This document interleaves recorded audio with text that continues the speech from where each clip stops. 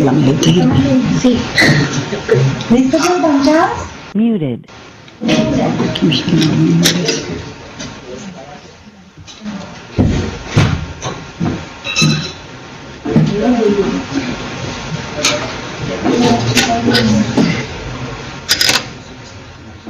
Bueno, entonces estamos listos. Bancada del concesionario quiere exponer su caso, sus opiniones. ¿Quién quiere exponerlas? Los señores de Territorial, ¿hay alguien que quiera exponer sus opiniones? Yo quisiera dar una opinión. Señor. Entro ahí también. Mi planteamiento sería el mismo que hicimos hace un momento. Nosotros somos Coviandes. Hemos suscrito una concesión desde 1994 con el INCO. Hemos establecido un procedimiento financiero. Se presentaron unas situaciones especiales en el 2007.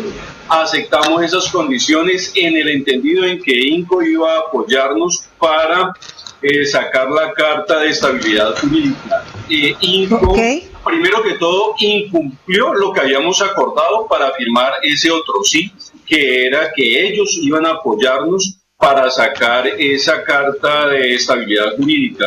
Y emiten un concepto contrario, o sea, ese concepto contrario va en contra de todo lo que habíamos pactado para firmar ese otro sí.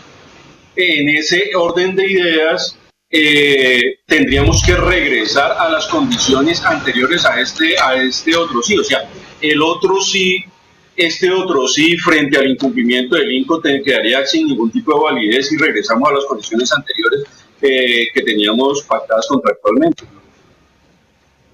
Perfecto. ¿Alguien más de la bancada del concesionario quiere participar o complementar?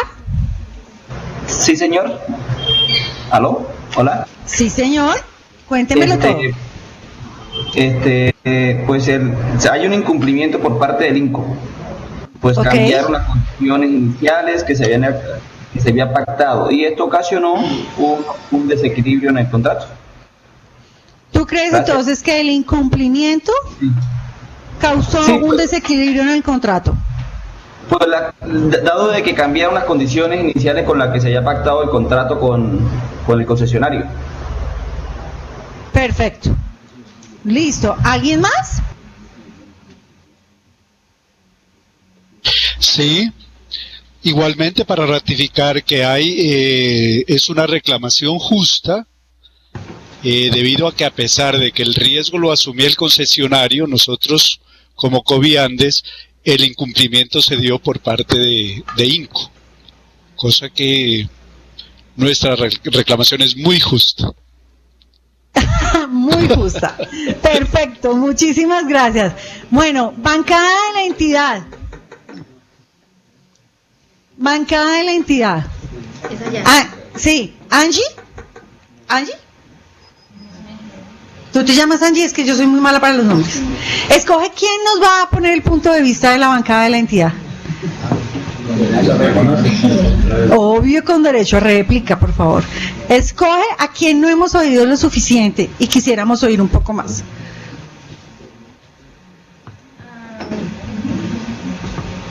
Al arquitecto. Arquitecto, por favor expónganos las consideraciones de la entidad, que han pensado. A nosotros nos gustaría escuchar aún más al concesionario y nos diga por cuál de las causales de tipificación nos solicitan específicamente el desequilibrio. En caso de solicitar ustedes reparación por desequilibrio económico, señores bancada del concesionario, ¿por qué tipificación de causales la solicitarían? De hecho, del principio. hecho Lo el considero príncipe. por las cláusulas previsibles. ¿Por lo previsible? ¿Por el principio de previsibilidad? No, es que juegan todas. El Diría que Ixu sí. Varianti también juega porque el INCO incumplió las condiciones con las que habíamos suscrito un otro sí. Entonces el Ius Variantis también Sí, está, señor. o sea, nos está cambiando las condiciones con las cuales llegamos a un otro sí. Desde ese lado, la del príncipe, por lo que estábamos diciendo, aunque esta es laxa, ¿no? Porque es otra entidad como tal. ¿Y qué otra? No, fundamentalmente esas dos. Perfecto. Arquitecto, ¿ha sido respondida su pregunta satisfactoriamente?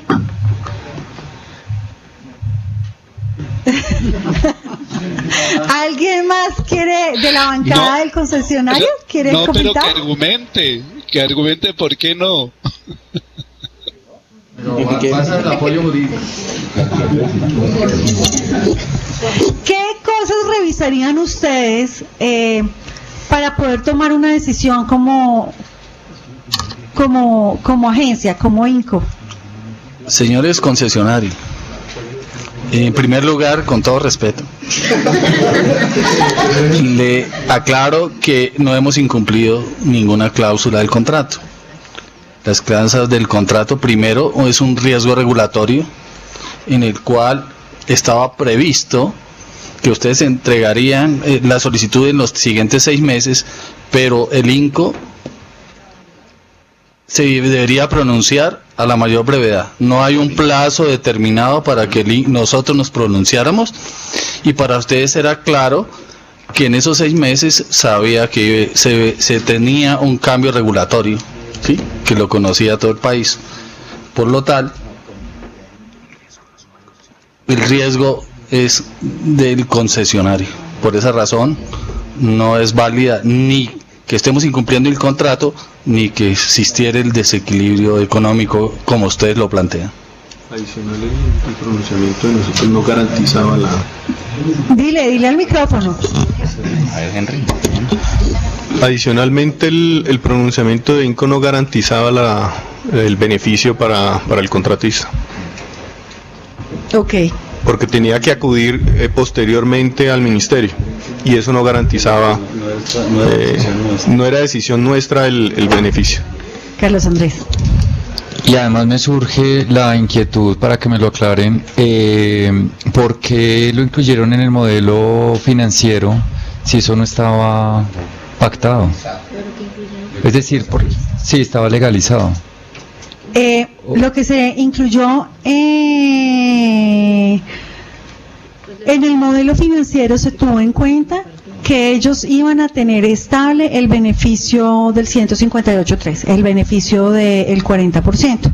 Entonces, como se suponía que iban a pagar menos impuestos, entonces pues los ingresos que le tenía que dar el Estado al concesionario eran menores porque ellos iban a pagar menos impuestos, y en el modelo financiero se tuvo en cuenta, digamos, que eso se iba a quedar estable porque iban a hacer una fórmula iban a suscribir un contrato de estabilidad jurídica. Bueno, entonces retiro la... No, pero yo pensé que era una pregunta y no la retires porque, digamos... Una intervención del concesionario. Sí, concesionario, por favor.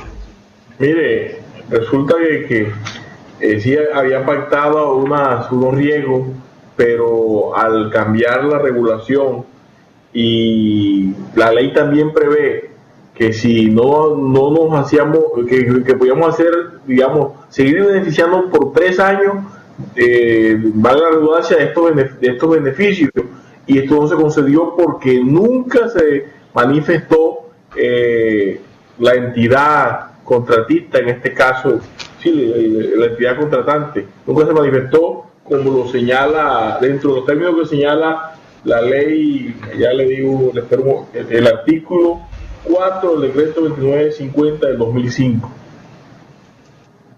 Ok. Le aclaramos al concesionario de que eso no fue un hecho, ¿cómo se llama?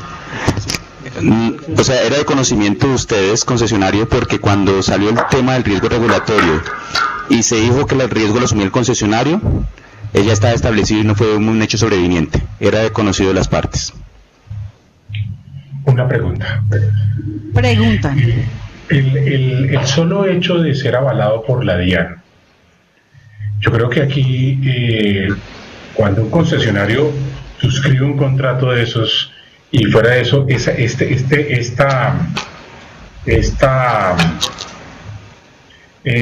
lo que es la matriz de riesgo, la avala la DIAN, pues a mi concesionario me daría una mayor certeza jurídica, por el solo hecho de que la administración de impuestos es la que está avalando esa matriz.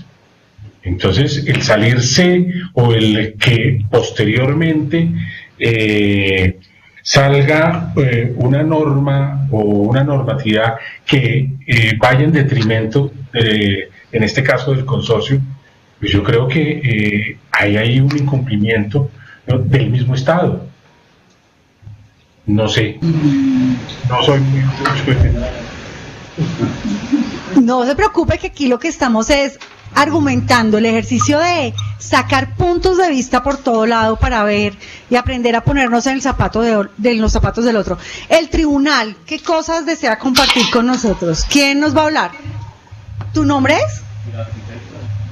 Ah, perdón, el arquitecto quería hablar. ¿Tu nombre es? Sí. Nicolás, ¿tú nos quieres ilustrar sobre las consideraciones del tribunal? ¿O quieres apoyo de alguien o...? Apoyo, ok. De pronto hemos tenido algunas consideraciones, y es que, bueno, si bien la decisión fue tomada por la DIAN, se basaría en un hecho del principio de sentido laxo, pero también por las consideraciones en la firma de lo que se contempla en la minuta, hay una teoría de la previsibilidad, ¿sí?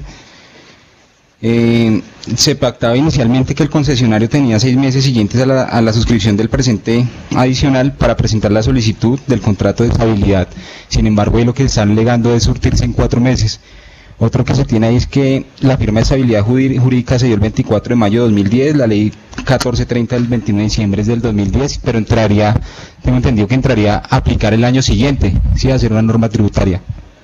Sí, entonces sentimos que no se surtió como el tiempo, tal vez, y también la celeridad por parte del concesionario, en ese sentido. O sea, el tribunal piensa que no hubo suficiente celeridad de parte del concesionario. Yo quisiera agregar 2 cosas más.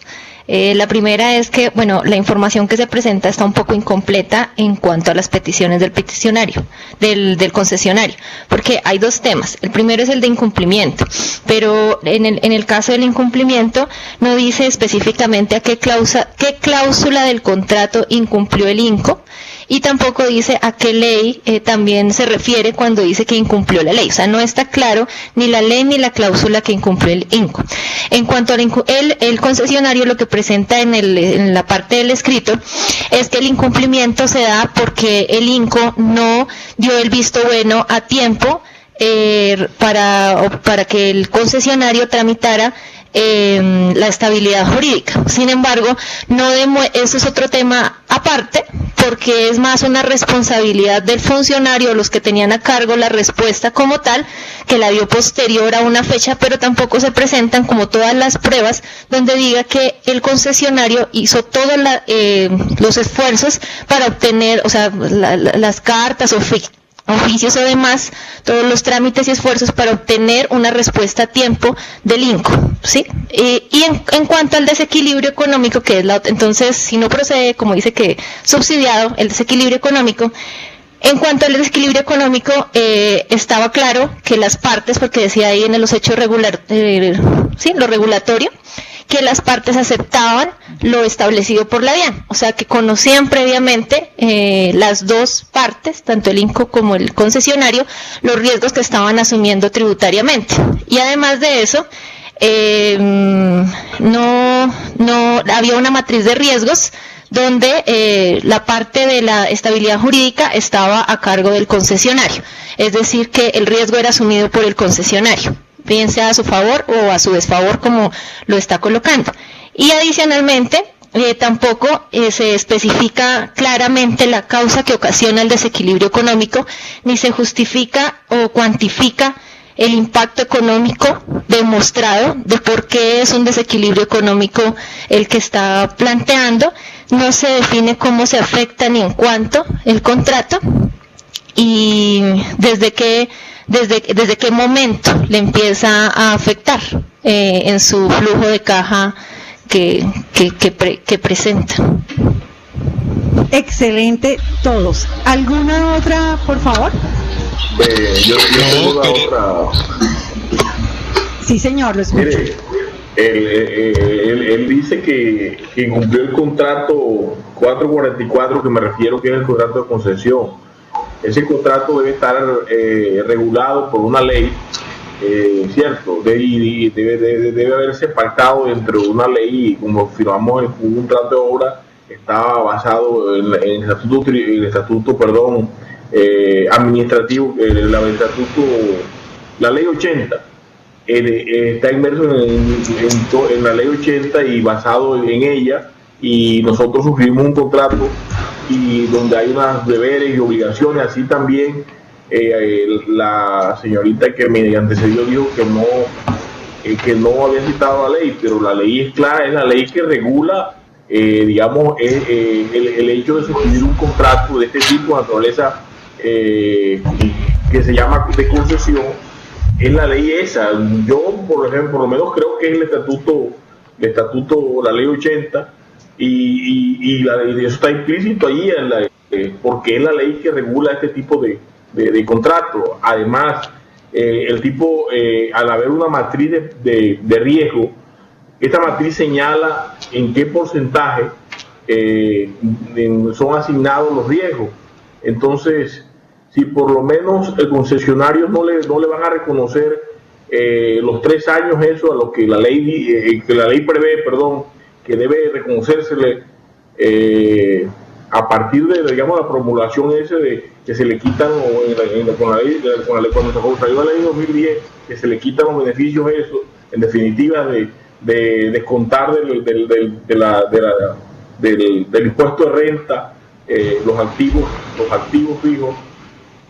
Por lo menos sí se le conceda ese beneficio durante los 3 años. Ahora, el tipo no está no sé los términos de ley en los que él debió solicitar el contrato de estabilidad jurídica. No desconozco los términos de ley, pero el tipo, al haber una matriz allí, un acuerdo donde estaba fijo esos riesgos, él lo sentía que tenía la necesidad de acudir a esa otra garantía que era el contrato de estabilidad jurídica, cosa que sí sintió cuando ya se avecinaba una ley que preveía reducir estos beneficios.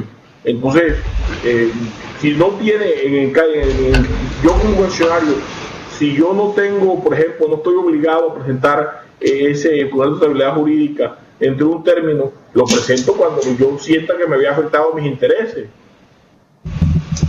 Ok, perfecto. Señor. Una pregunta. En uno de los apartes del escrito dice que la entidad a lo único que se compromete es a dar los conceptos, no dice ni siquiera que son favorables o desfavorables, simplemente dar conceptos en un a la brevedad posible, dice. A la brevedad posible. Eso podría interpretar, o sea, no quedó bien establecido, infortunadamente para el concesionario, en el sentido de que a la brevedad posible para la entidad puede ser 3 años, 4 años, 1 día, 3 días. Es una aclaración que había que hacer. Perfecto. Bueno, vamos a pasar. Simplemente para decir que, bueno, discrepo totalmente de la sentencia del tribunal y de lo que el compañero de la entidad acaba de decir, porque en realidad nosotros presentamos todas las pruebas, ahí las tiene Beatriz, ¿cierto? O sea, te vas a ir a segunda instancia. Seguro que sí. Beatriz tiene todas las pruebas allí. Y la verdad es que así hayamos asumido nosotros el riesgo, que es claro, lo asume el concesionario, la verdad es que de eso, ese riesgo lo asumíamos con cierto cumplimiento por parte de la entidad y de nosotros mismos. Se supone que aunque no se haya dicho que la entidad dará su concepto a la mayor brevedad posible, no puede ser la mayor brevedad posible un término de 1 año, 2, 3 años, como lo acaban de decir. 4 meses para mí eso es mucho y por tanto el incumplimiento se ha dado por parte de la entidad. Perfecto. Muchísimas gracias. Señor Manuel. Es un comentario del compañero Jonever Velasco, cual dice: el argumento del INCO no es contundente, es débil y por el contrato le da razón al concesionario por los argumentos expuestos, toda vez que está demostrando el incumplimiento de la entidad en dar respuesta tardía. Existe rompimiento de equivalencia entre derechos y obligaciones surtidas al nacimiento del contrato. Bueno, me parece buenísimo el comentario porque en todo lo que han dicho hoy veo que aquí hay mucha garra, muchas ganas de... Exacto, eso es lo primero que se necesita para salir a hacer uno el punto de vista y defender a la entidad. Bueno, vamos a leer el ejemplo 2, parte 2. Efectivamente yo les di muy poca información sobre los temas. Ahora les voy a mostrar más información, pero transcribí una parte específica del laudo de los árbitros que quiere ilustrar otro punto. Quiero que lo lean y quiero que al final me digan no como bancada, sino qué cosas aprendieron o hay que tener en cuenta con base en lo que ustedes leyeron. La primera parte es la siguiente, si tú les puedes mandar. No tengo esa parte. Ejemplo 2, parte 2. No, esto no se puede, porque el jefe íbamos ahí, pero después lo llamaron que venía el jefe.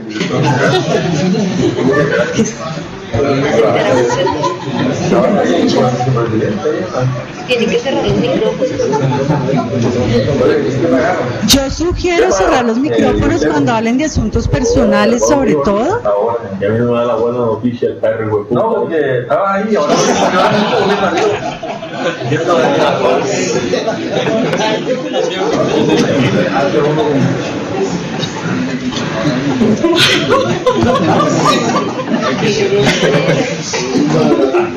Pero sí deberían hacer la actividad.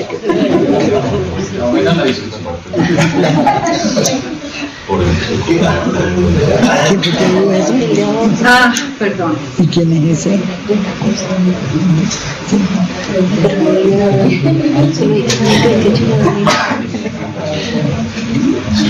¿Puedo abrir esta llave?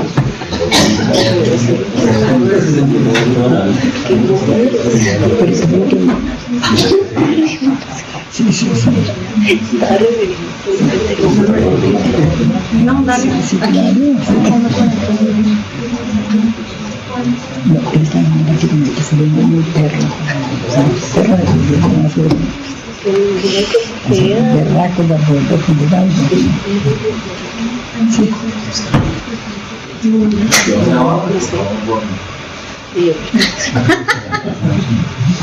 Eso que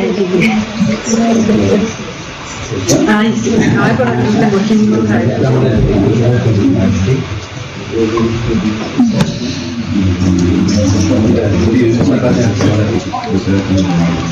No aceptamos la actitud grosera del proceso. Sí. Ven, porque no alcanzo a...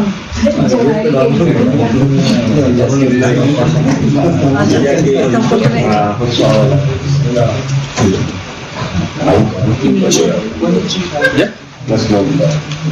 No lo ven.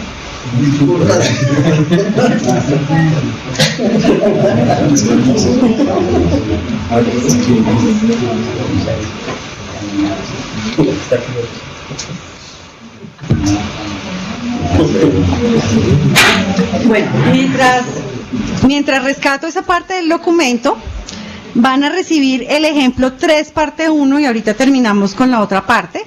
¿Tú les puedes mandar el ejemplo 3 parte 1? Por favor, muchísimas gracias, Manuel. ¿No tienes el ejemplo 3 parte 1? No puede ser, yo te envío los correos, no te los envío. ¿Esto los podemos poner en la pantalla? Y en la pantalla mejor. Es largo.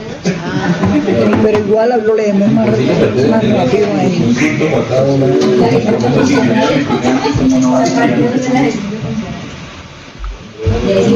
¿Yo no te envío otro correo?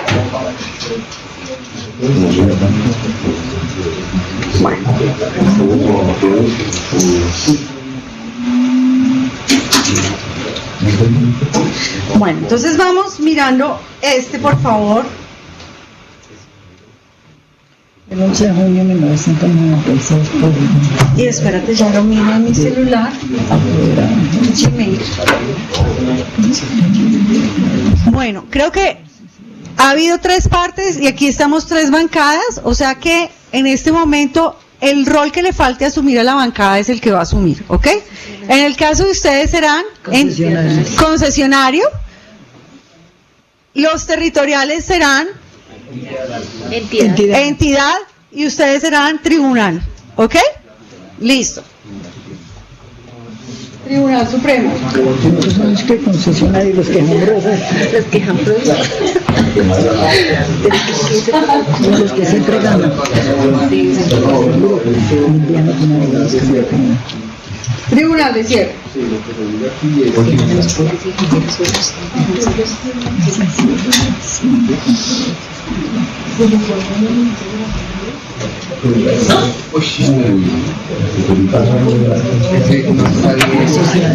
Instituto Nacional de Bienes.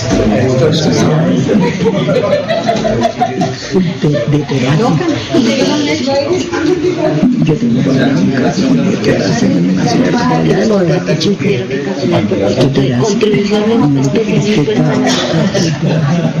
Hay forma de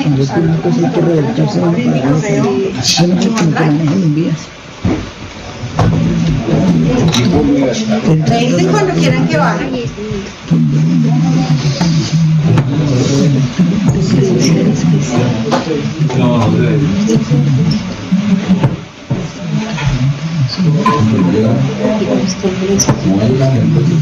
¿Es lo que estamos viendo?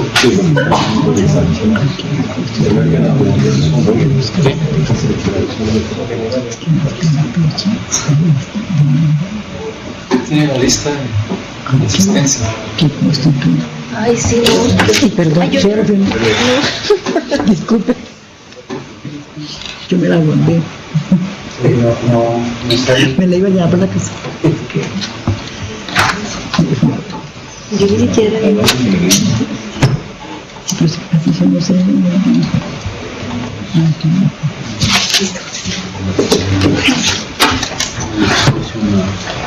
Gracias.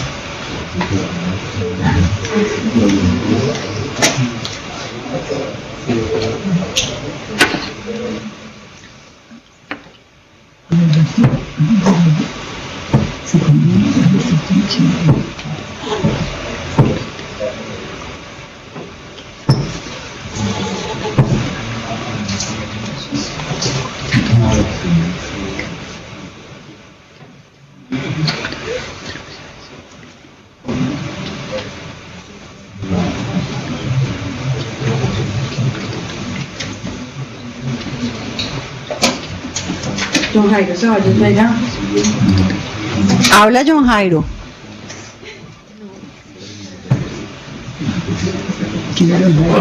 De la territoria. Sí, que solicita permiso. Ay, sí, no. ¿Qué? Es que dejó el micrófono abierto. Sí, siempre deja el micrófono abierto, no lo cierre porque se oye tanto ruido.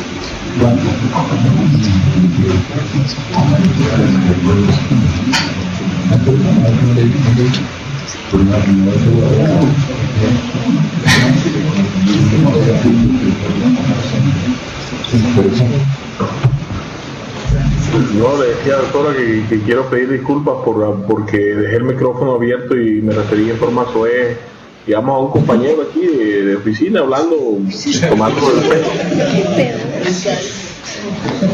No se preocupe que no estoy ofendida por ningún motivo. Yo no, por lo menos no se preocupe. O sea, tranquilo. Nos hizo reír un rato y se lo agradecemos. Usual en mí, simplemente que te estaba bromeando con un compañero. ¿Qué fue el problema? ¿Qué me empezó a dar en mí?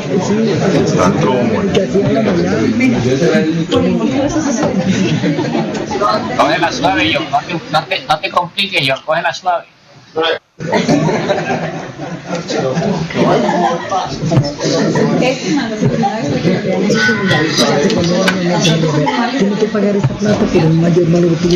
Ya Manuel nos va a mandar a todos el documento para que lo lean.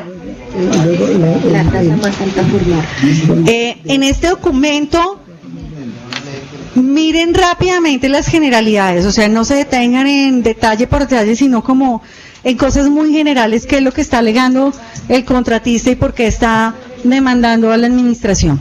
Aunque en esa parte no se dice, él durante su demanda, porque esta es solo una parte, él alegó desequilibrio económico del contrato. Entonces, ya Manuel les está enviando ese documento, e igual si necesitan que yo baje en la pantalla, pues me avisan. En este momento,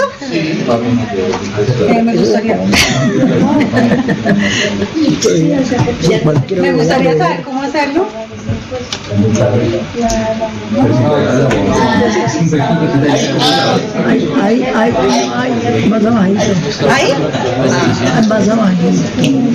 Pero igual ya se los envían. Ahí está bien. Pero no deberían estar cobrando Pero somos el concesionario. Sí, cobremos.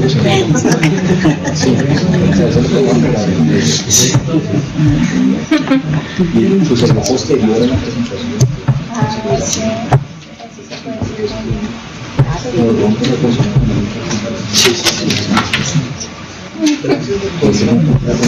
Pero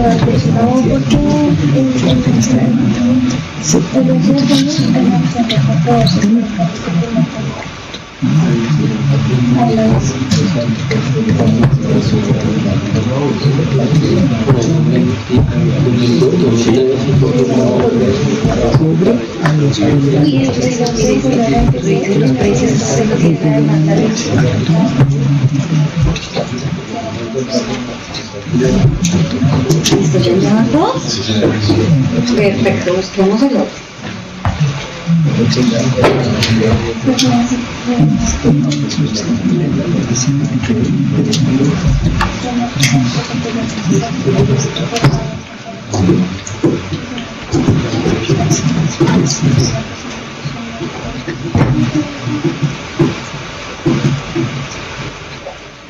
Y también está diciendo que no se cobre más el impuesto.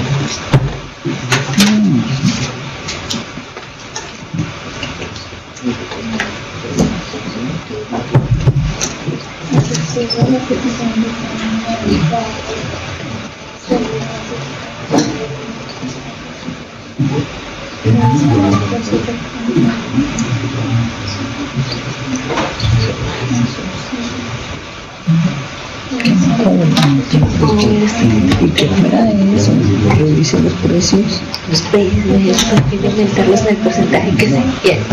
Que revise los precios, ¿por qué? ¿Pero por qué los precios? No me imagino que porque los cambios en el mercado que estamos moviendo y al estar en guerra, los precios son los más difíciles de cumplir.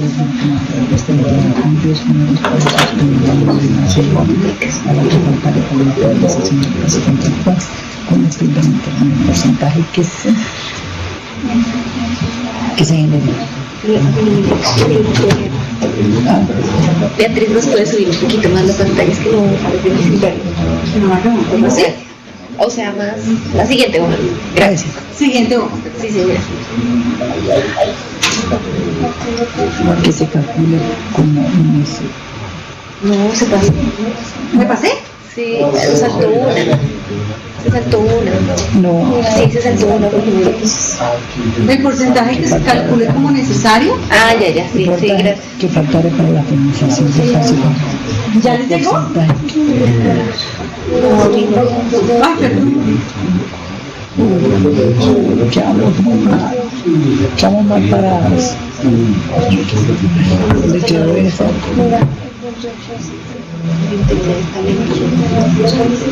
No, yo no sé, eso nada que vaya.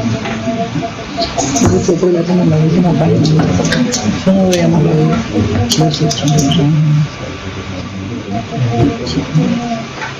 Mire, estoy tratando de volver 4 oportunidades para provocar su plazo, aunque las finanzas suban por la misma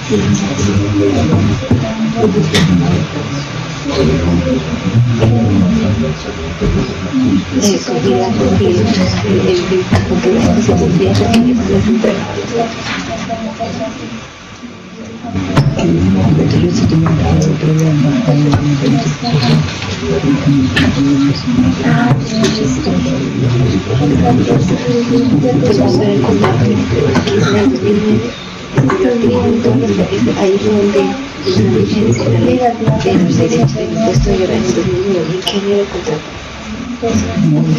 Sí, mire, 1994. Pero muy bien, no entiendo. En 1989.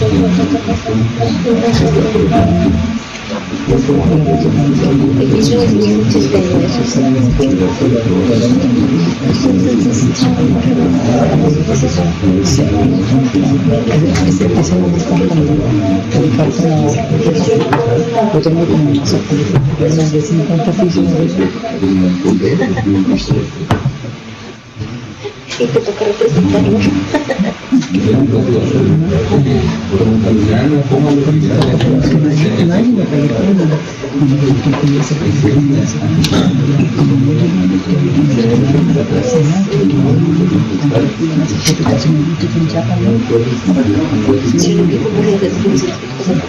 Es que tengo que hablar con el tipo, yo no lo voy a hacer, que hizo yo le puedo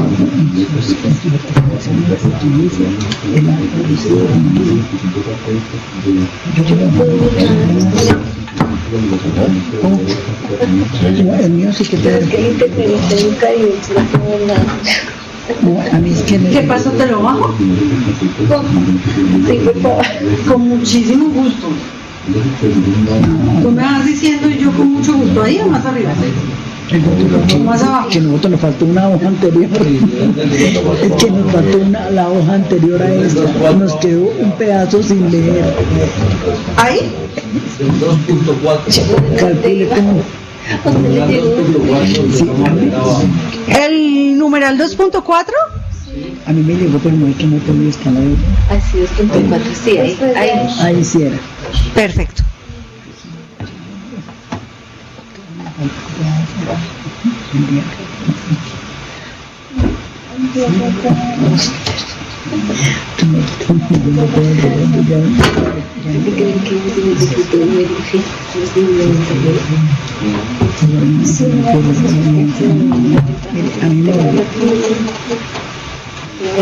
No, a mí no me llegó.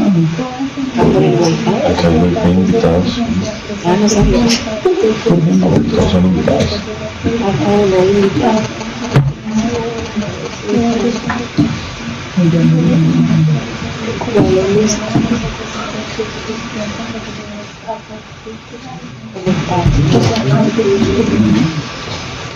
Son Ay, sí.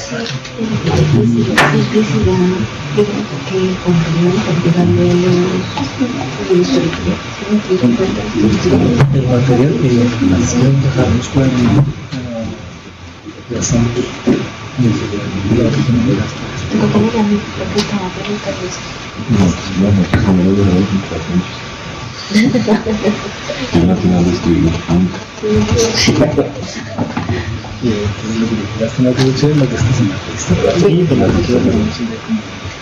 venga, pero a mí me funciona. Mire, compartir internet. Vamos a ver. Mira, me lleva, pero mira, aquí lo tengo mira, ¿cómo hago para verlo?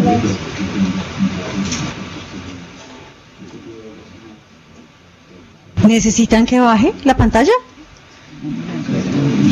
¿Sí? ¿Me avisan dónde? ¿Ahí? Voy a mirar aquí en esto.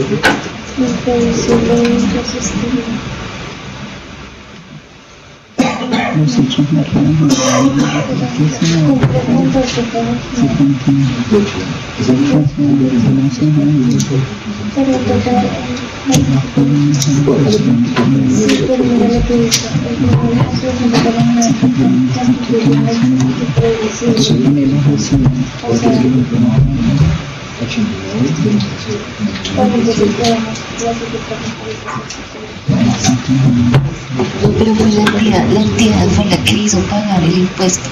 Y, por eso,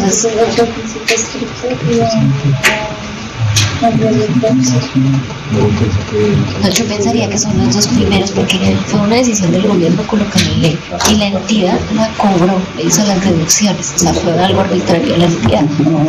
Entonces fue imprevisible, o sea, sí se sustenta que fue imprevisible porque el contratista no sabía que tenía que pagar eso, pero no se da por lo menos son las dos primeras.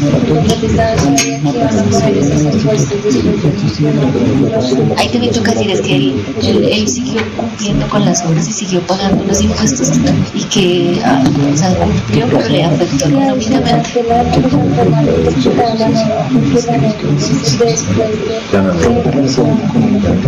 O sea, ellos dijeron, no, vamos a ir, entonces una vez hablamos de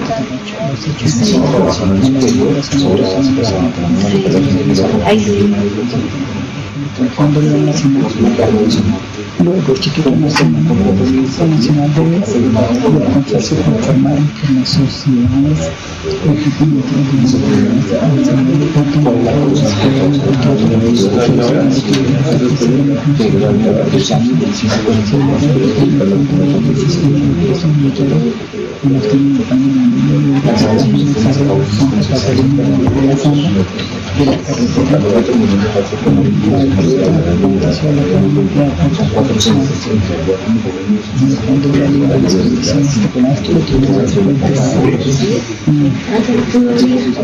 sí, yo no sé cómo lo veo.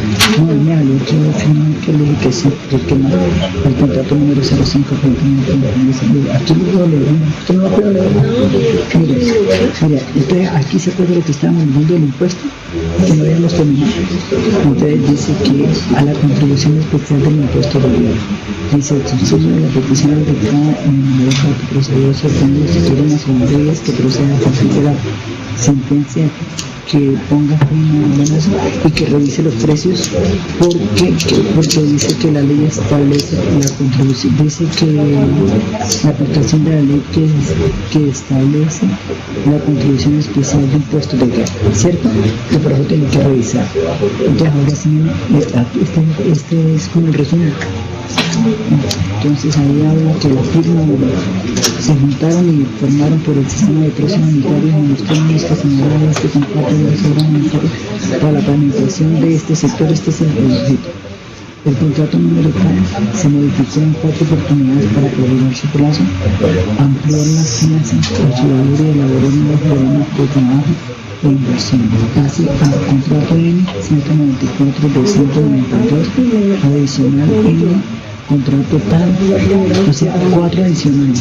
Tuvo 4 adicionales, pero adicionales en qué? En plazo y en valor decía ahí. No, fue prórroga en tiempo y adicionales en plazo, ¿cierto? O sea, tuvo 4, el valor, dice, el plazo se amplió, en fianza su valor y los daños programas de trabajo de inversiones. Sí, se amplió otro reemplazo con un plazo, ¿no? Dice, en la fecha presente de la demanda, el consorcio. ¿Cómo vamos con la lectura? La sociedad de equipo universal. ¿Casi bien? Y el señor ¿cuánto tiempo más creen que necesitemos? No, pero es un caso de la Sí, solo la primera parte. ¿Y cuál es la primera? ¿Hasta dónde va la primera parte? Sí, porque hay otro caso de empresas públicas de Medellín que también es de un contrato de obra, que es el cuarto caso.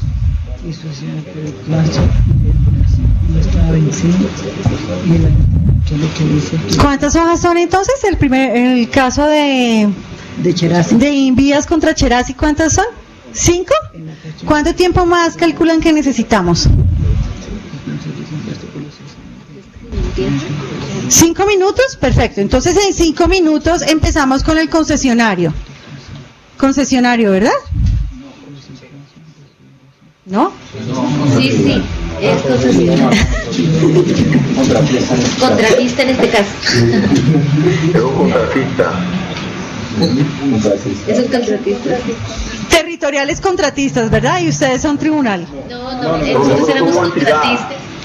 Ah, perdón, contratistas, entidad, tribunal, perfecto. Desde el plazo de su duración no estaba así, y la entidad contratante había recibido las obras realizadas.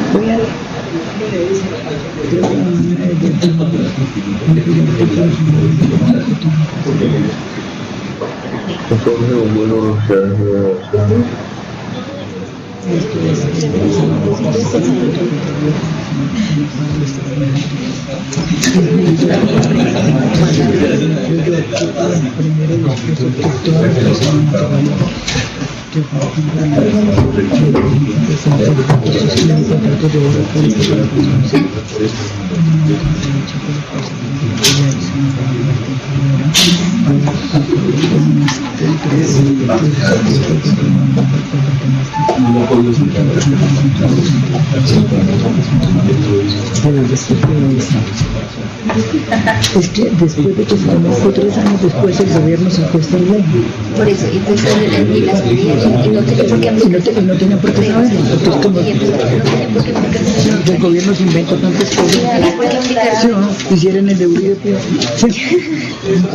Y era posterior a la revisión contrato, entonces no tenía por qué aplicársela, pero la entidad se la aplicó. Ahí está el error. Sí. Bueno, aquí dice que es con entidades de derecho público hacer los contratos de diseño. Y entonces al derecho público tiene que ir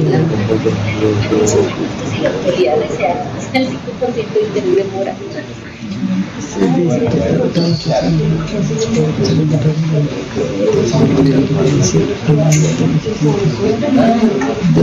a favor de las clientes territoriales respectivos con el nivel de acuerdo una contribución equivalente al 5% del valor total del correspondiente contrato o de la respectiva edición. Porque es una valentía.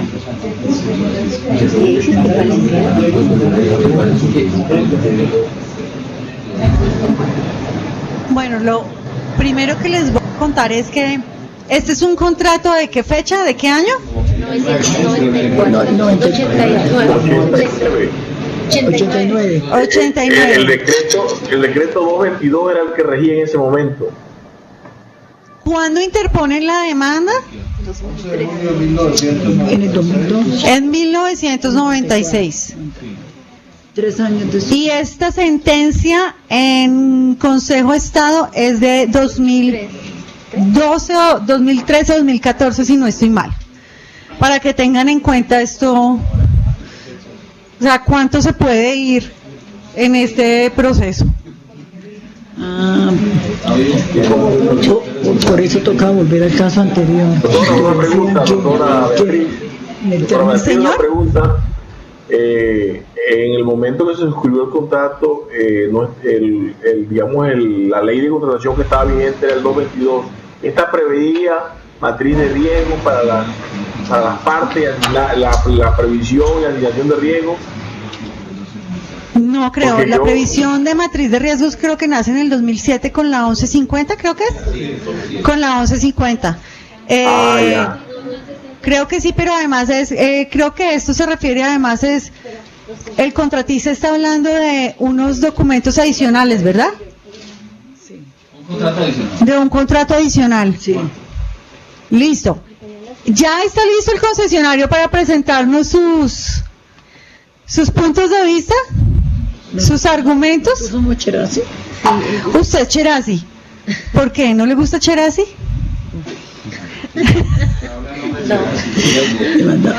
Bueno, entonces, ¿quién nos va? ¿Tú nos colaboras?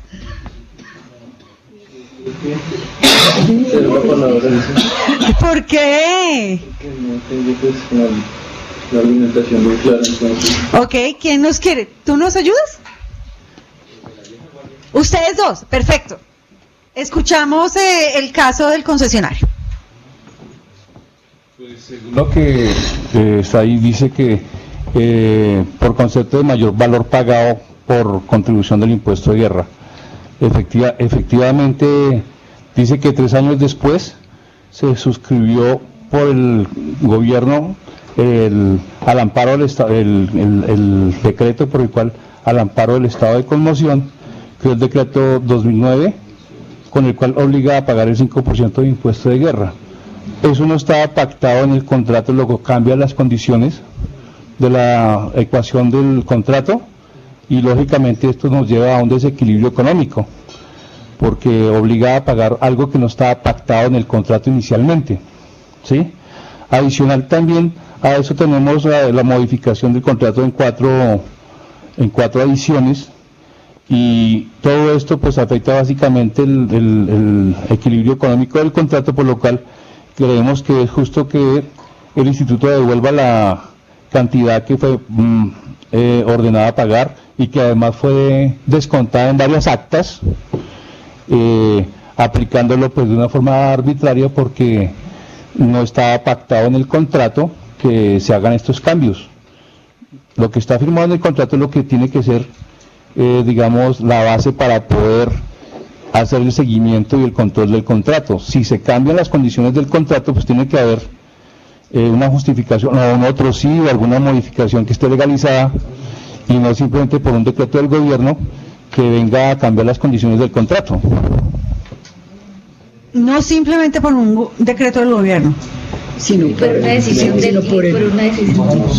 porque uno se apega a lo de... Sí, pero es que esto estaría generando retroactividad a los gastos, porque estaba diciendo que se descontó de varias actas, algo que el decreto debe entrar a regir después de que se sale el decreto, y si el contrato se firmó antes, de que saliera el decreto, esto sería vigente para los contratos que se firmen con posterioridad al decreto que sale, no con retroactividad. Y si se firmó antes el contrato, no puedo yo resultar cobrando ahora a un contrato que fue firmado antes. Luego, las condiciones del contrato se están cambiando de una forma perjudicial para nosotros como contratistas. Perfecto. ¿Alguien más de la bancada del contratista quisiera hablar? Sí, pues nosotros identificamos inicialmente la tipología hecho del príncipe en sentido laxo. Sí, también encontramos la teoría de la imprevisión, porque este contrato fue firmado el 28 de septiembre de 1989, cuando nosotros comenzamos a ver la norma. La ley 918 de 1997 pactó un 5% para ese impuesto de guerra, que era por 2 años. Después se prorrogó con la ley 549 de 1999 a 4 años, y nuevamente a la ley 782 del 2002 amplió a 4 años. Este hecho fue imprevisible, más considerando que en esa época no se pudo desarrollar una matriz de riesgo que nos podría determinar qué podría suceder, qué riesgos tenía ese contrato. Igualmente identificamos acá que este hecho constituye un riesgo extraordinario que rompe la ecuación económica del contrato, pues este 5% que se está cobrando no estaba contemplado inicialmente. Sin embargo, ha sido un costo que ha sido pagado por nosotros los Cherasi. Por nosotros los Cherasi. Me gusta esta actitud. Es de considerar también que es un contrato administrativo, pues es un contrato estatal celebrado con la entidad estatal. Sí, inicialmente fue uno, pero ahorita fue inicialmente el Fondo Vial o Instituto Nacional de Vías, pero reconocemos que independientemente ha sido una entidad estatal la que figura siempre. Y pues hemos demostrado las causas y las consecuencias es la disminución significativa en nuestros recursos. Y el impacto económico ha sido demostrado y cuantificado en obra. Muchas gracias. Perfecto. ¿Alguna otra intervención de la bancada del contratista? Sí, pues nosotros resumimos pues que Invías obró, como lo dice, ilegalmente al aplicar leyes que no estaban contempladas, como lo dijeron los compañeros, en el momento de suscribir el contrato. Que la grabación de lo que acaba de salir Josefina no salga descontextualizada. Ay, bueno, listo. No, además acá la compañera también tenía otra consideración con base en el hecho del príncipe, de los intereses. Ah, sí. Princesa, hable del hecho del príncipe. Como es un hecho del príncipe, y como lo catalogamos como un hecho del príncipe, entonces el Estado o la entidad nos tiene que reconocer los sobrecostos en los que incurrimos y adicionalmente las utilidades que nosotros deseamos, y en este caso es la tasa de interés más alta aplicada y la revaluación de los precios. Así se habla. Perfecto. Muchas gracias. La entidad está lista para presentarnos sus consideraciones, las cosas que tendría que mirar, el análisis que hace sobre esta situación. ¿Quién nos gustaría que hablara por la entidad? ¿Algún nombre se les viene a la cabeza? ¿Quién es? Edgar. Edgar, favor, levantar la mano. Edgar Maiguel. Edgar. John Ever. Morán. César Morán. ¿John Ever está? Pero nosotros no somos tribunal. Ustedes son entidad. Ustedes son entidad. Somos Invías. No. Que aquí acaban de describirlo muy bien. Ustedes son los que son. Somos los que somos. Ustedes son los que son, exactamente, Invías. ¿Qué consideraciones tienen los señores de Invías sobre este tema? ¿Qué opinión les merece? ¿Qué aspectos piensan que deben mirar detenidamente? Los escuchamos.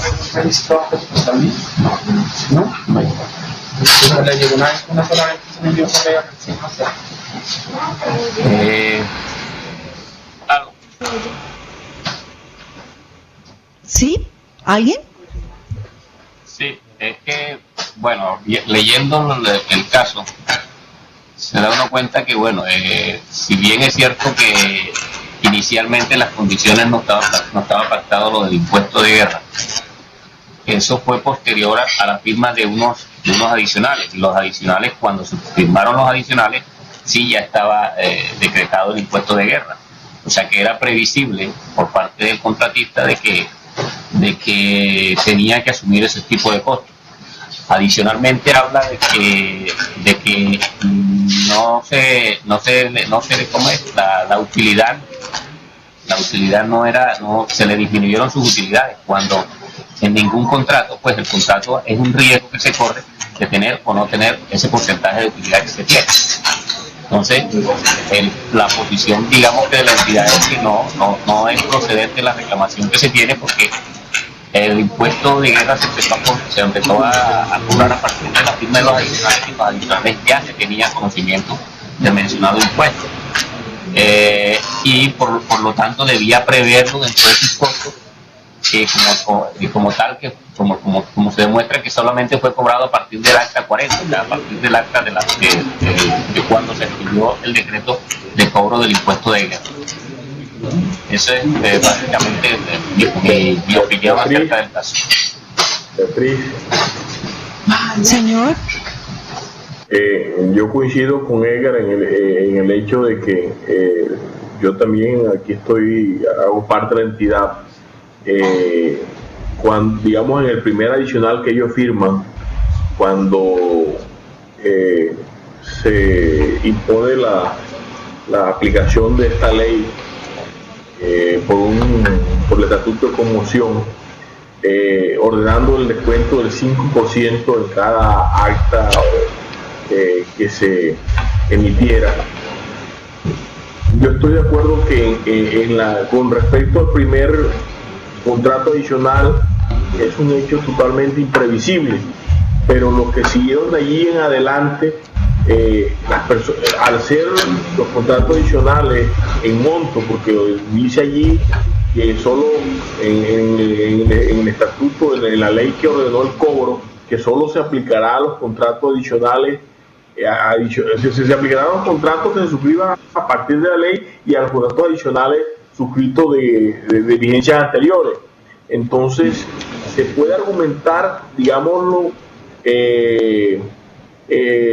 así, si lo cobraron en un contrato que en el momento que entró en vigencia la ley aún no se había terminado, esos cobros eran totalmente imprevisibles para esas actas de ese contrato, pero ya para las actas de los contratos adicionales, en el cual se tiene conocimiento de que ya la ley, y yo, si finalmente no quiero que me cobren eso, si yo lo veo muy oneroso, simplemente digo, hombre, yo no firmo esto, porque acuérdense que el contrato es un acuerdo de voluntades y yo no estoy obligado a firmar si precisamente ellos argumentan que ven reducido luego, que ven reducido su utilidad. No creo, porque recuerde que la utilidad en el IU es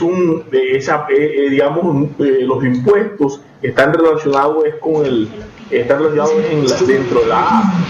Por lo tanto, no disminuye el valor de la utilidad, porque la utilidad es un porcentaje muy aparte que no incluye los impuestos.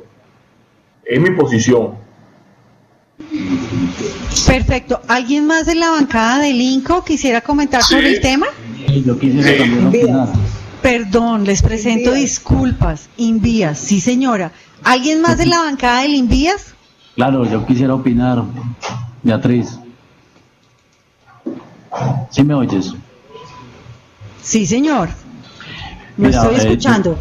Muchas gracias. Yo creo que leyendo pues el tema de cómo es la ponencia del Instituto Nacional de Vías, veo claramente, me llamó mucho la atención cómo hacían las adiciones de los contratos, que igual los numeraban diferente a cómo era el contrato inicial. Ahí miran eso, pues es como un detalle que me llamó la atención en ese momento. Entonces, pues no sé si esas adiciones tengan relación con el contrato inicial, porque es claro que el contrato inicial pues es antes de la ley es antes de la ley que saca, pues la que ordena el impuesto de guerra, pero los otros sobre todo la segunda, la tercera y la cuarta edición sí están después de haberse decretado esa carga impositiva. También habría que entrar a mirar el tema del AIU y cómo está descrito, cómo está compuesto, la composición del AIU, y revisar a ver cómo es el porcentaje, sobre todo en esos adicionales que, como le digo, pues no guardan como una relación en cuanto a su numeración con el contrato adicional. Y tercero, me parece que el INVIAS en este caso es simplemente un recaudador, es como el IVA, por ejemplo, que simplemente lo recaudan, pero se termina yendo al tesoro de la nación, y no es parte del patrimonio, no es parte de plata que recogen el INVIAS para volver a invertir, sino que simplemente es un intermediario en cuanto a su recaudo para pasarlo al tesoro de la nación. O sea que me parece que la demanda como tal está mal enfocada en cuanto a quién hay que demandar, porque finalmente el INVIAS no se queda con ello, lo pasa al tesoro. O sea que el abogado debió haber demandado a quien finalmente es el beneficiario de ese recaudo, que no es el INVIAS precisamente. Entonces yo creo que ahí está la falencia grande de la demanda. No sé pues cómo se fallaría, ni conozco, pero sí me parece que hay una falencia grave en cuanto a la demanda, porque está demandando a quien no es. Eso es lo que creo yo que pasa ahí en eso. Muchísimas gracias. ¿Algún otro comentario de la bancada del INVIAS? Una aclaracióncita aquí al compañero Jorge. John Ever. Vamos a leer los comentarios de John Ever, por favor, Manuel.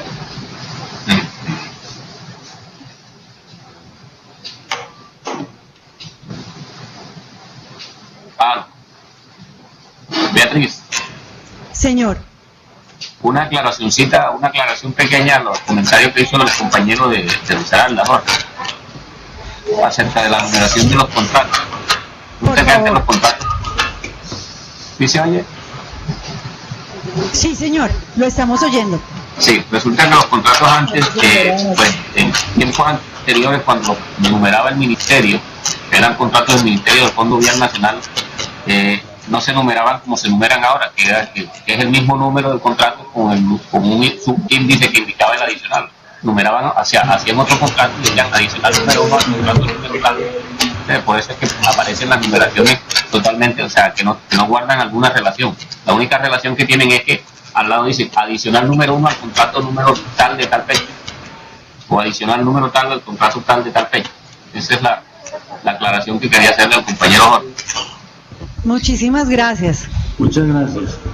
Manuel, te escuchamos. Entonces el comentario del compañero John Ever Velasco es: las pretensiones del contratista Equipo Universal Castro Cheraz y Navarro no son procedentes por cuando la legislación tributaria ya era conocida por el contratista al momento de suscribir por mutuo acuerdo los contrato adicional no es un hecho imprevisible, se rechaza de plano la reclamación. La defensa del INVIAS es clara y está debidamente argumentada, asistiéndole la razón a la entidad.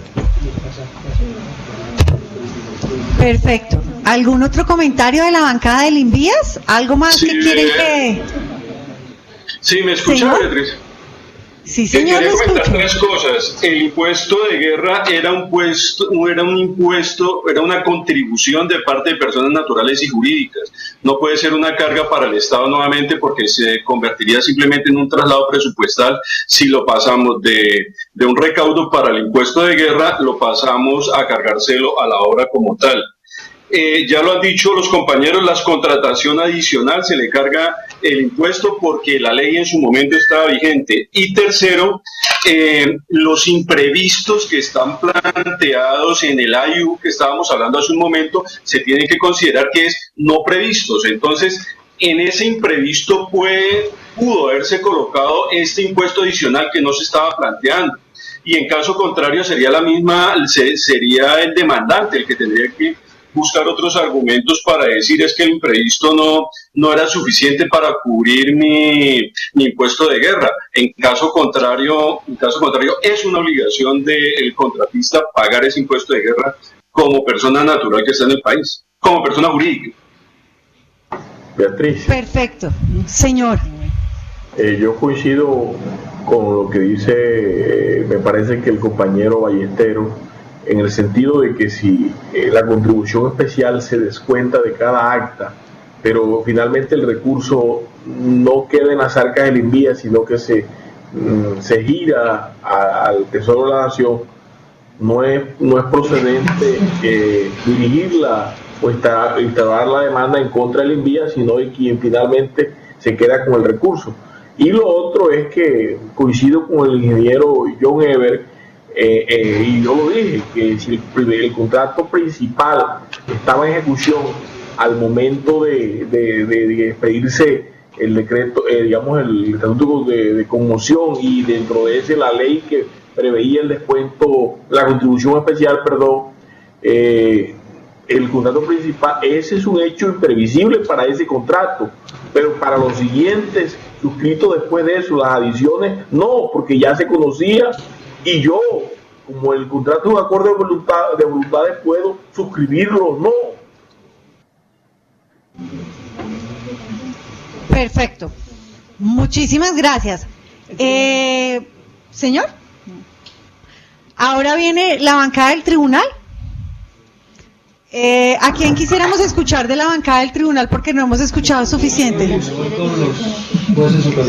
Ah, ok, perfecto. Ok.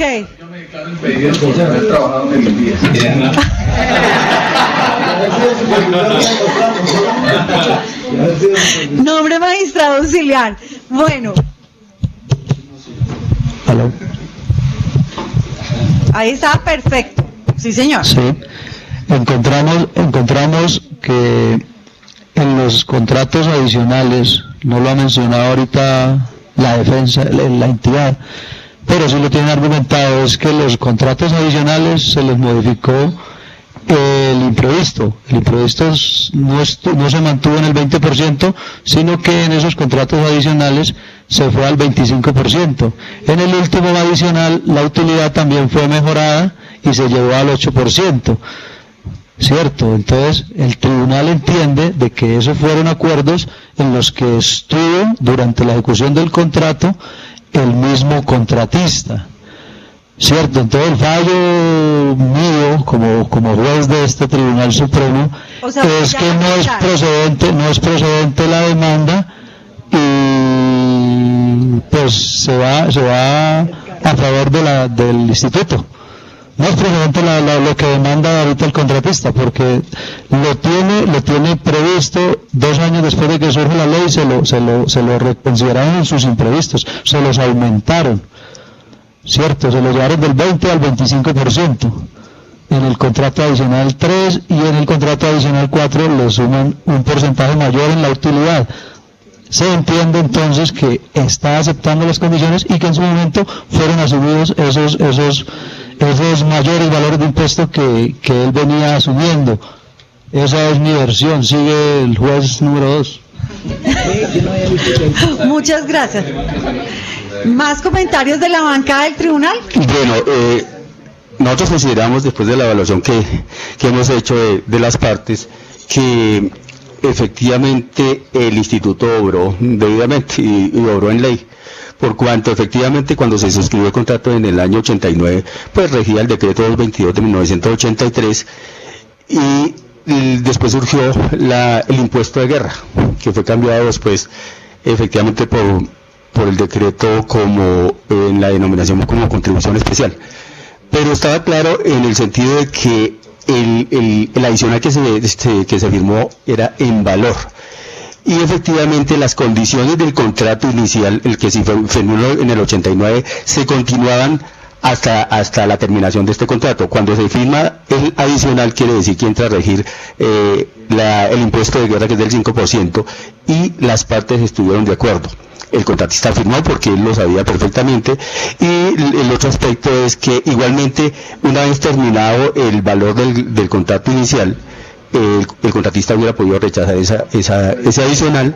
En consecuencia dice, no, esto me produce desequilibrio económico, y no lo hubiera firmado. Él estaba en la voluntad, porque recordemos que un contrato es acuerdo de voluntades, y el Estado no puede obligar al contratista a trabajar a pérdida, pero él lo asumió. Podemos mirar otra cosa como este fallo es en el 2017, que posteriormente a la contribución especial el IU no se varió.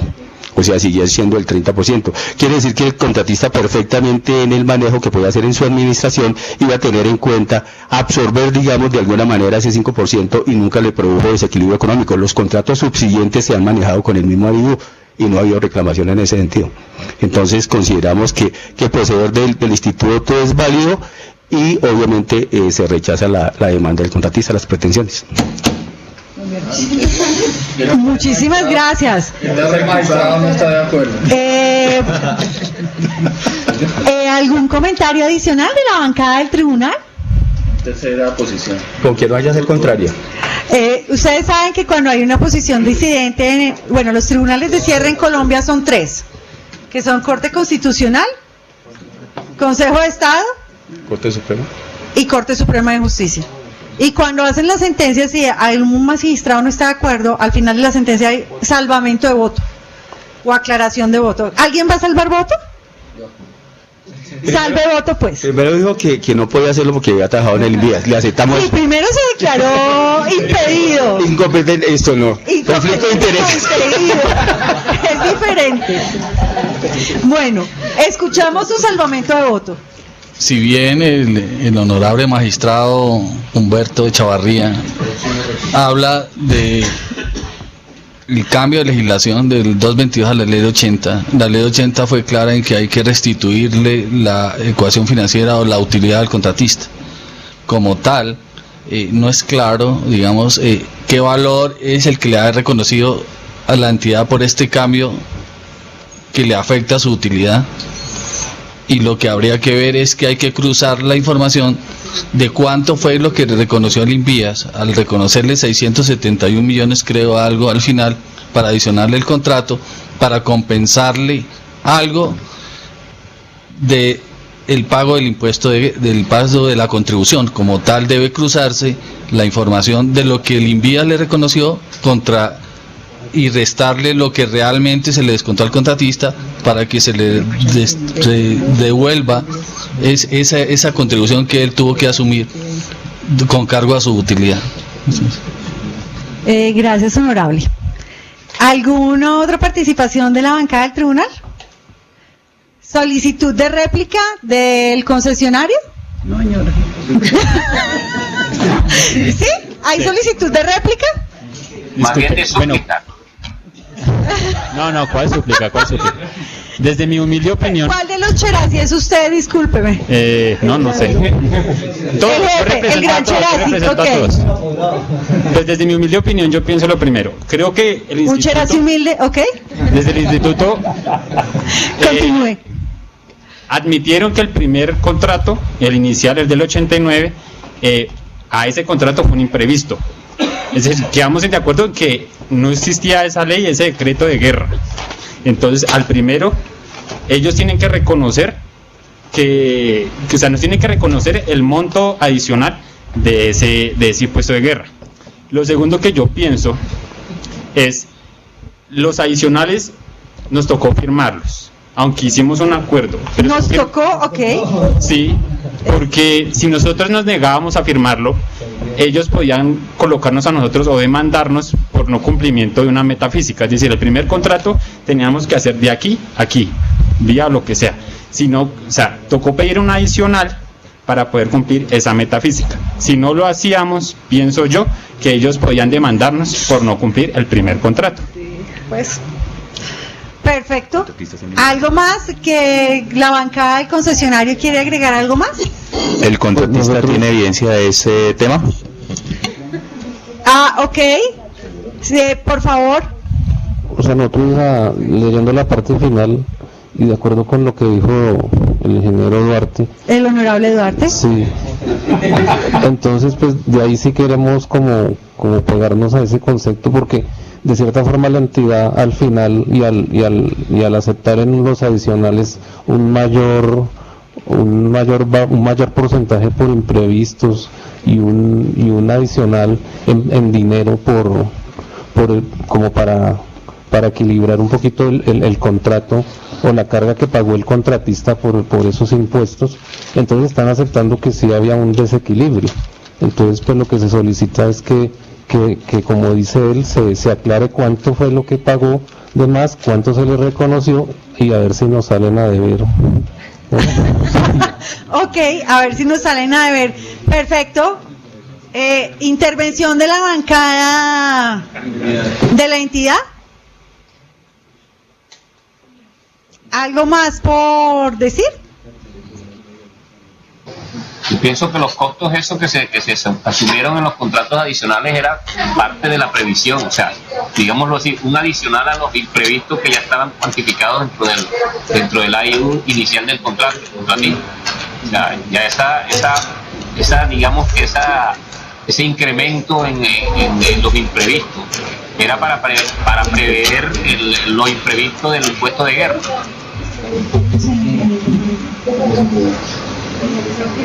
Sí. Bueno, perfecto. Muchísimas gracias. Bueno, señores, entonces como ya vamos acabando el tiempo, vamos a comentar lo siguiente. Primero, yo le voy a hacer llegar a Manuel para que les haga llegar a ustedes las sentencias completas del tema de el Invías contra Cherasi y la sentencia completa de EPM contra Grotco, que creo que tenían una parte ahí abajo en el otro documento que les enviamos, ¿verdad? Sí. No es obligatorio la lectura de esto, pero supongo que algunos querrán saber pues cómo termina la novela. Recuerden que lo que se lleva a un tribunal, que lo que escribe un tribunal es la verdad procesal. Los aspectos que las partes, por el motivo que sea, porque no cayeron en cuenta, porque se les olvidó, porque el apoderado, pues sobre eso el tribunal pues simplemente no decide. De pronto uno lee y dice, pero es que a mí no me parece esta decisión, ¿ok? Pues, o ¿por qué no tuvieron en cuenta eso? Puede ser por decisión de los árbitros o de los jueces, o puede ser porque nadie expuso ese tema y pues no podían tenerlo en cuenta. Entonces, léanlos por favor, los dos temas son contratos de obra, me parecen útiles para ustedes. Creo que usted ayer me estaba preguntando, pero no estoy segura, sobre dónde se encuentra toda esta información. Ustedes van a ver que en estas sentencias los jueces citan jurisprudencia, citan las sentencias, hacen comentarios, y ahí ustedes van a encontrar elementos. Yo creo que si a alguno le interesó este tema van a encontrar muchos elementos para entender, o sea, cómo se toman estas decisiones, qué dicen los temas. No hay que leer todas las partes de una sentencia concienzudamente. Por ejemplo, a mí hay aspectos técnicos que no me interesan, o aspectos históricos de la doctrina francesa, no sé qué, a mí no me interesan. Pero digamos, yo creo que es bonito ver cómo se toman estas decisiones, qué dice la contraparte y qué aspectos del desequilibrio económico han analizado los jueces. Con respecto al tema que habíamos visto anteriormente de Coviandes, como para no irnos así, yo quisiera comentarles que Coviandes ese pleito fue la primera gran victoria que tuvo la Agencia Nacional de Infraestructura contra Corfi Colombiana. Era un pleito de 200.000 millones de pesos, esa era la pretensión y fue muy emocionante, digamos, defender, pues, porque uno siente que está pues ahorrándole a los colombianos 200.000 millones de pesos. ¿Qué otros elementos que no les expuse ahí, digamos, se tuvieron en cuenta? Primero que todo, el tribunal sí le hizo un llamado de atención a la ANI respecto a la buena fe contractual, en el sentido en el cual, si usted debía colaborar para que este tema saliera rápido, pues apúrele y que el tema salga rápido. Sin embargo, el hecho de no demostrar la mala fe contractual, o sea, el hecho de que nosotros no hubiéramos colaborado o el INCO en ese momento para que saliera rápido, no significa que fuera culpa exclusivamente de nosotros que el contrato de estabilidad jurídica no hubiera salido. Entonces, ojo, aquí hubo un tema que a mí me parece muy bonito y muy relevante para comentárselos a ustedes desde el punto de vista de la realidad. El concesionario contrató a un financiero muy prestigioso para presentar un peritaje. La agencia de defensa jurídica del Estado nos ayudó y nosotros contamos con una tributarista absolutamente espectacular con la que trabajamos. Y nos enfocamos en demostrar, uno, que el proceso de sacar un contrato de estabilidad jurídica tiene una cantidad de tiempos y procesos que no son los que estaba alegando el concesionario y que no dependían de nosotros. Por eso, aunque nos dijeron ustedes actuaron mal, pero pues como esto no dependía de ustedes y se sabía, digamos, fue una persona experta la que se encargó de mostrar eso. Pero además, yo pienso realmente que el concesionario fue descuidado al no contratar un tributarista, porque esto era un tema tributario, de procedimiento de cuentas, pero esto era un tema tributario. Un financiero solamente, pues, hace sus proyecciones financieras, pero no se sabe la norma. Nosotros preparamos un interrogatorio en el cual volvimos pedazos el concepto del perito, o sea, al perito lo volvimos pedazos delante del tribunal. Eso lo digo con orgullo. ¿Perdón? Lo volvimos, pero absolutamente, o sea, esto fue increíble, porque fue un tema en que, pero no fue un tema de un trabajo en que nos sentamos a ver. ¿Por qué? Porque el señor financiero no estaba al tanto de una cantidad de cuestiones tributarias que debió haber tenido en cuenta. Llega el tribunal a un punto en el cual dice, el documento del perito no es confiable. No podemos tomar ninguna decisión con base en esto.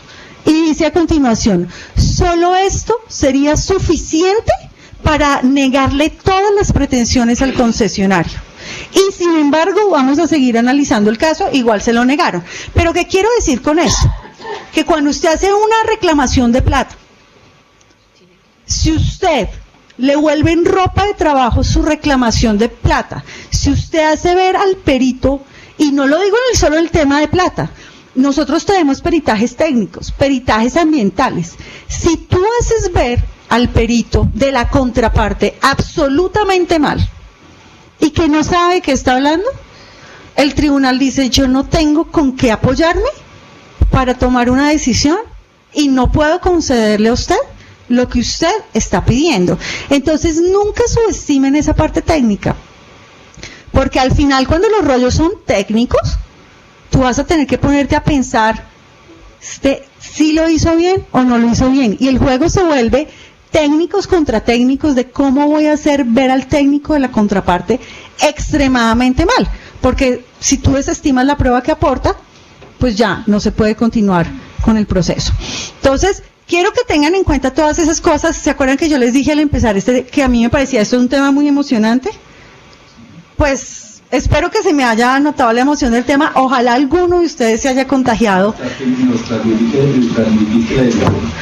Pues ojalá así sea, es un tema muy bonito. Lean por favor los 2 sentencias que les voy a mandar. Con base en eso apóyense para presentar sus puntos de vista. ¿Cuándo creen ustedes que me pueden presentar el trabajo del cual hablamos? ¿Una semana es suficiente? ¿Para copiar? ¿Les parecen bien? ¿Cuánto? Además no sé cuánto podemos, Manuel, ¿cuánto tiempo tenemos? No, tenemos hasta agosto. ¿Les parecen bien 2 semanas? No, pero bueno, para que no, yo me conozco cómo funciona la mente del estudiante porque yo soy una estudiante eterna. Hagamos algo. En una semana, envíenme los hechos de cada uno de los casos. Me exponen, o sea, hacen un breve resumen del caso, me dicen, la reclamación de este señor es esta, se trata de esto, y los hechos que hemos acordado son estos. Y mándenme dentro de una semana los hechos, que es un trabajo conjunto. Y ya después tienen otra semana para cada uno armar sus argumentos del tema, ¿les parece? Bueno, les agradezco muchísimo a todos por su tiempo, y bueno, nos vamos viendo en el camino, muchísimas gracias. Bueno, buenas tardes. Muchas gracias.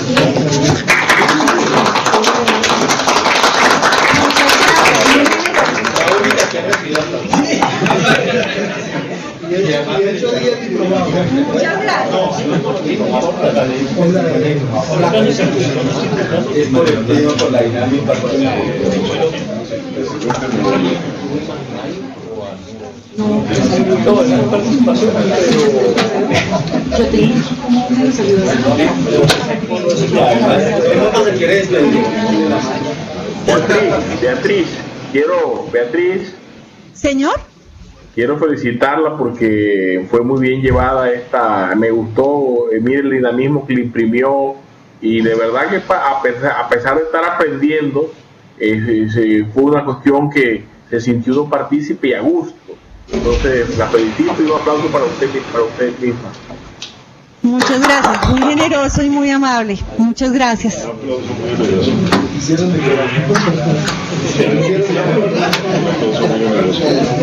Listo. Yo te voy a enviar todo eso ahorita, lo que nos falta para que nos des. Y listos. Así quedamos. Muchísimas gracias. No, tranquilo, ya, yo creo que ya hasta aquí nos revolvimos. Sí, de una vez, está perfecto. No puedo ir sin quedarme con la duda de...